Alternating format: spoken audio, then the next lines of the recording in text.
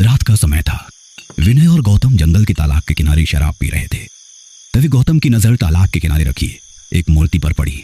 वो मूर्ति एक सुंदर और आकर्षक महिला की थी। वो चबूतरे पर रखी हुई थी। उसके पास ही कुछ दिए जल रहे थे। गौतम हाथ में शराब की बोतल पकड़े उस मूर्ति के पास गया। वाह, क्या सुंदर औरत है। अगर यह सच में होती तो मैं इससे शादी कर लेता। गौतम उस मूर्ति को निहारते हुए बोला। यह सुन विनय उस पर चिल्लाया, ए, तेरा दिमाग तो ठिकाने पर है ना? अबे साले, वो कोई देवी लग रही है और तू उसके बारे में इतनी गंदी बातें बोल रहा है। अबे चुप कर, ये कोई देवी नहीं है। इसे देख, ये कमर पर हाथ रखकर कितनी अदा के साथ खड़ी है। ये मूर्ति शायद किसी अप्सरा की है, ना कि किसी देवी की। हाँ, वो तो मुझे भी लग रहा है। शायद ये जल देवता है जो इस तालाब की रक्षा करती हो। क्या ये जल देवता होगी और इस तालाब की रक्षा करती होगी? रुक जाओ, अभी पता चल जाएगा, गौतम ने कहा। और फिर उसने तालाब के पानी में पेशाब करना शुरू कर दिया। अबे ये तो क्या कर रहा है? तुझे पाप लगेगा।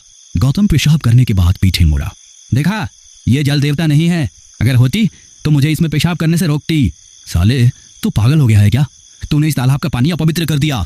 तू प्राणी का क्या बोल रहा है बे? मैं तो इस औरत को भी अपवित्र कर दूंगा। ऐसा कहते हुए वो चबूतरे पर चढ़ गया और उसने मूर्ति के होठों को चूमा। देख विनय घबरा गया। अबे तेरा दिमाग तो ठिकाने पर है ना? ये तूने क्या किया? अबे ये तो कुछ नहीं, अभी तो मैंने स्टार्ट किया है।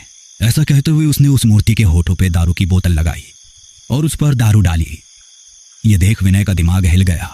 साले तू मरेगा, मैं जा रहा हूँ यहाँ से, मुझे जिंदा रहना है, मैं चला। ऐसा कहते हुए विनय वहां से मुड़ा और चलते हुए कार की तरफ बढ़ने लगा। लेकिन गौतम ने उसे रोका। अबे रुक जा। ठीक है बाबा, मैं मूर्ति के पास नहीं जाऊंगा। तू चल, पहले थोड़ा और पियेंगे और बाद में चले जाएंगे।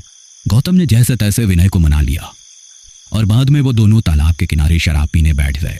गौतम अभी भी दूर से उस मूर्ति की तरफ देख रहा था। यार एक बात बताऊं, मैंने जब उस मूर्ति के होठों को चूमा ना, तब मुझे बिल्कुल किसी जिंदा स्त्री को चूमने जैसा महसूस हुआ।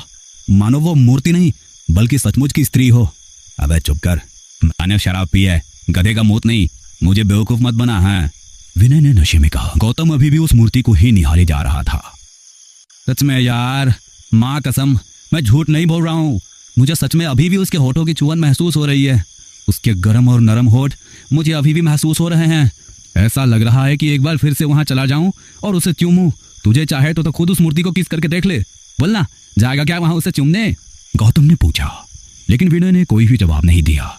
ये देख गौतम ने मुड़कर बगल में देखा तो विनय जमीन पर सो गया था। चलो, ये तो सो गया, अब मैं भी सो जाता हूँ। Good night sweet heart, Gautam ने मूर्ति की तरफ देखते हुए बोला और वो वहीं तालाब के किनारे सो गया। कुछ देर बाद गौतम के कानों पर पायलों की छन छन की आवाज पड़ी और गौतम नींद से जाग गया। उसने उठकर आवाज की तरफ देखा और वो बस देखता ही रह गया। एक लाल साड़ी पहनी सुंदर स्त्री उसे पास से ही देख रही थी और उसके तरफ देखते हुए मुस्कुरा रही थी। उसकी लाल होठ और गोरा मुखड़ा देख गौतम का दिल उस स्त्री पर आ गया।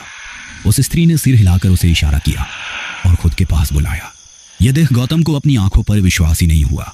उसने मुड़कर देखा, उसके पीछे बस विनय सोया हुआ था। इसका मतलब वो सिर्फ उसे ही बुला रही थी। तभी उस औरत ने प्यारी सी आवाज में कहा, यहाँ आओ। गौतम को वो स्त्री बेहद पसंद आई थी, इसीलिए वो जल्दी से उठा और उसे की ओर चलने लगा। वो औरत मुड़ी और आगे चलने लगी। गौतम ने अपनी चलने की गति बढ़ाई और पीछे से उसका हाथ पकड़ लिया। वो स्त्री ठहर गई और उसने शर्माते हुए पीछे मुड़कर गौतम की तरफ देखा। उसकी नीली आंखें थी। गौतम उसकी आंखों में डूब गया। यार, ये कितनी सुंदर और प्यारी है। ऐसा लग रहा है इसको अभी चूम लूं और गले लगा लूं। गौतम मन ही मन बोला, तुम चाहो तो मुझे गले लगाकर फिर से चूम सकती हो। वो स्त्री मीठी आवाज में शर्माते हुए बोली। यह सुन गौतम को बहुत ही आश्चर्य हुआ कि इसे मेरे मन की बात कैसे पता चली। तभी वो स्त्री धीरे धीरे से गौतम के चेहरे के पास आई और उसने गौतम को गले से लगा लिया। गौतम खुशी से झूम उठा। उसके होठ उस स्त्री के होठों को चूमने के लिए तरस रहे थे। उसने उस स्त्री को खुद से दूर किया और उसके चेहरे को दोनों हाथों से पकड़ लिया और धीरे धीरे चूमने के लिए आगे बढ़ा। तभी उस स्त्री ने अपना मुंह खोला। उसके मुंह में जानवर जैसे लंबे लंबे दांत थे। उसने गौतम के होठ पकड़ लिए और उन्हें काट डाला।